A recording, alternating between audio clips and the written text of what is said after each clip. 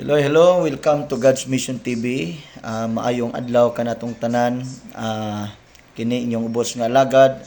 Buot ko maghatag kanimo og mubong mensahe.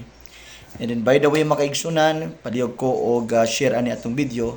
Posible nga makatabang usab ni sa uban og makahatag ni og enlightenment, maka-encourage tungod kay wala ta na side unsay mga sitwasyon pagbati karon apan nagtuo ko nga ang pulong sa Ginoo, ang pagdasig diha sa atong isikataw, makatabang kini, at least makaigsunan nga naay intervention sa Ginoo sa matag usa nato kung unsa may atong mga sitwasyon og mga gipang bati nga mga balatian or mga kagulyang sa unahuna og pagbati makaigsunan. So karong orasa tuguti ko nga mag-encourage kanimo, and then by the way welcome sa bulan sa April.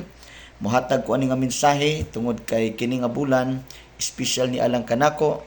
It's my birth month, so gusto ko muhatag mensahe diha kanimo. Ikaw karon nga naminaw humanan ni nga video og nagtuo ko nga ang Ginoo manulti sa imong kasing-kasing karon. Makaigsunan sa lang kabutang akong gustong i-remind kanimo nga ang Dios buhi siya. Buhi ang Dios, gamhanan siya nga Dios. Walay natago sa Dios bisan ang imong mga gipangandoy kasing-kasing, ang imong gipangdamgo sa atong kinabuhi, daghantag mga gitinguha og gidamgo sa kinabuhi. Og nagtuo ko nga nakita na sa Ginoo. So karong orasa makaigsunan bot ko nga mo remind kanimo. Wala ko kabalo kung sa na estado nimo karon sa imong relasyon sa Ginoo.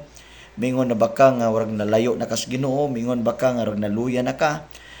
Igsoon paminawan ni kini nga pagdasig nako sa imo. Tuguti nga kini mahimo kining rima nimo. Ang gusto sa Dios nimo, ang gusto sa Dios nato nga kita magpabilin niya og mamalandong ta sa iyang mga plano kanato. Ang pulong sa Dios enough na sufficiente na nga angay natong pamalandungan kay naa diha ang tanang plano sa Dios. Naa diha ang katuyuan ug plano sa Dios.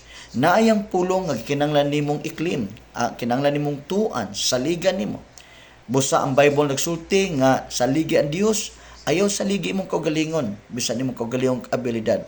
Kay posible ang imong kaugalingong abilidad, imong kaugalingong kahibalo ka bright, pwede nang muhatod kanimo sa pagkalaglag makaigsunan tungod kay ang tendency usay sa tao paminaw na niya siya nay Ginoo siyang kaugalingon, siguro kay ang unahuna siya pinaka bright, pinaka maayo, ilado, daghan nakaog property, daghan nakagbahandi, daghan nakagnahuman, daghan nakaog achievement. Igsuon higala kanang tanan pwedeng mahanaw, pwedeng makaingon ka nga walay kapuslanan. Si Solomon miingon nga ang tanan kakawangan ug walay kapuslanan. Nabuot sa Dios karon nga ang imong tagaag focus nga wala nay laing dapat isipon nimo nga treasure, nga bahandi bililhon nimo mao lamang ang imong pag-ila sa Dios, ang imong relasyon sa Dios. Hinumdumi nga kanang imong kinabuhi, kini akong kinabuhi dili ni ato. Dapat ang Dios mo itong tugutan nga mo'y magbuot niini. Mangayo tagtabang niya, mutawag ta niya. Kay diha ra ba gyud ta nakulang kay ang tao karon panahon na tungod sa kabisi, panginabuhian, trabaho, unsay atong mga transaksyon, nalimot na tagtawag sa Dios. Wala na tay panahon sa Ginoo. Ako kang gi-encourage karon nga ayaw undang, ayaw give up. Siguro paminaw nimo, pastor, wala magway katubagan, wala wa may nahitabo man sa sige na kog ampo, sige na kog luhod-luhod, igsuon. Nakakita ang Dios sa imong kahimtang, sa imong nasayod ang Dios sa imong gipangayo. Apan igsuon ni orasa, tuguti ni o pamalandong ini. Ang pulong sa Dios mo'y angay nimong tuan og saligan.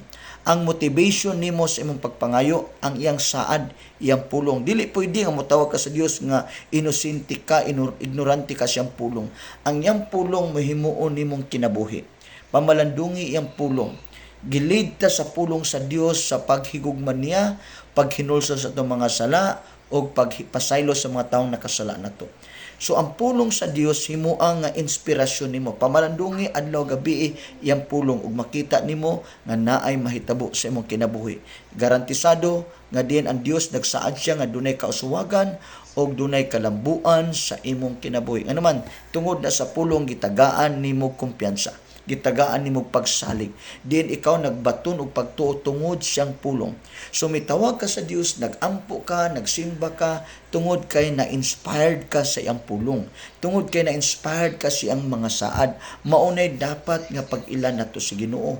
Dili lang kay isay ang pulong sa Dios, i-take for granted lang nato, daw murag wala lang, kay paminaw nato okay na kay mutawag tas Ginoo diretso ta, igsuon kulang nganuman wala kay saktong pundasyon og inspirasyon. Unsa may rason nga namiduol lang kaniya, tungod lang ba kay naa kay gibati, tungod lang ba ka kinahanglan ka sa Ginoo, pero pinasahi nang muduol ka sa Ginoo tungod kay nalipay ka sa saad niya, tungod kay kumpiyansa ka sa pulong niya. Ang imong motivation ngano nagampo ka, ngano nangalagad ka, ngano adto kag simbahan tungod sa mga saad sa Ginoo, tungod sa pulong sa Ginoo. So therefore, atong respetuan yang pulong, atong tagaag kinabuhi ang pulong, lauma nato yang pulong kay niana nga paagi nakita sa Ginoo nga ikaw mituo siyang pulong, nga ikaw misalig siyang pulong. Igsoon higala ang imong pagpaningkamot pwedeng mahimong kawang kung ang Ginoo dili nimo himuong partner sa imong pagpaningkamot. So akong challenge nimo, sa panahon mo trabaho ka, sa panahon mo gawas ka sa imong balay, kung naaba ka sa uma o asa man ka, i-partner ang Ginoo. But pasabot imo sang sampiton, tawgon nimo kanunay, i-acknowledge nimo nga siya tag-iya, ang tanang ownership iya, yan ang Bible nagsulti nga ang langit ug yuta iya sa Ginoo, ang tanang butang nga naa niini. Igsoon higala, tawga, sampita ang Ginoo matag adlaw sa imong kinabuhi. Ang Bible nagsulti, bulahan silang nagtawag sa ngalan sa Ginoo. Higalan ini nga orasa, ang Dios magapanalangin kanimo, ayaw kaguol, naaba ka sa pressure karon unsang kahimtang nimo, apan ako kang gidasig pagkalipay sa Ginoo. Meaning kay nanay ang saad, garantisado na nga may tabo na sa tong kinabuhi. Pagkalipay sa matag adlaw nga tanan, kay naaman iyang pulong nag-encourage ug naglig-on nato.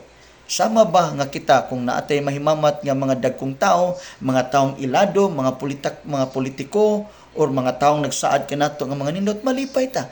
Kay dunay mga tao nga nagsaad nato, mga taong naka-appreciate nato, mga taong nagipanaad nato, malipay ta. Unsa pa ka ang Ginoo. Busa igsuon pagkalipay kay naa ang pulong sa Dios, nagpasalig nato. Nga ang tanan mo tawag sa ngalan sa Ginoo, dili mamaulawan. Ang Bible nagsulti nga matag tuhod magapiko, tanan dila magasugid nga si Jesus siya ang atong Ginoo. Ang pulong Ginoo, honor, tag-iya, meaning makasalig ta niya kay say tag-iya sa tanan, say tag-iya sa tong kinabuhi, say tag-iya sa tong kaugmaon, iya ang tanan, walay ato bisang gamay. Busa ako kang gidasig, ayaw kaluya, ayaw ka discouraged, balag unsay kabugat imong kahimtang karon, sa nga problema nimo karon, tawag sa ngalan ni Jesus. Tawag sa ngalan ni Jesus, ang pulong himua nga imong inspirasyon. So igsoon, salamat sa iyong pagpaminaw, salamat sa iyong pag-share sa atong video. Akong deklarasyon alang nimo karon, panalanginan ka sa Ginoo, nagdeklarar kog abundansya, kahibulungang pabor, promotion, divine health, kaayuhan sa iyong balatian, og restoration sa imong health, og labaw sa tanan, kalinaw, imong mabatunan karon sa imong kasing-kasing, imong tibok panimalay, dunay pabor ang Ginoo sa imong panimalay in the name of Jesus. Salamat sa iyong pagpaminaw, salamat sa imong pagdawat ani nga mensahe. God bless you, og ang Dios magapanalangin natong tanan. Bye-bye, bye-bye, bye-bye.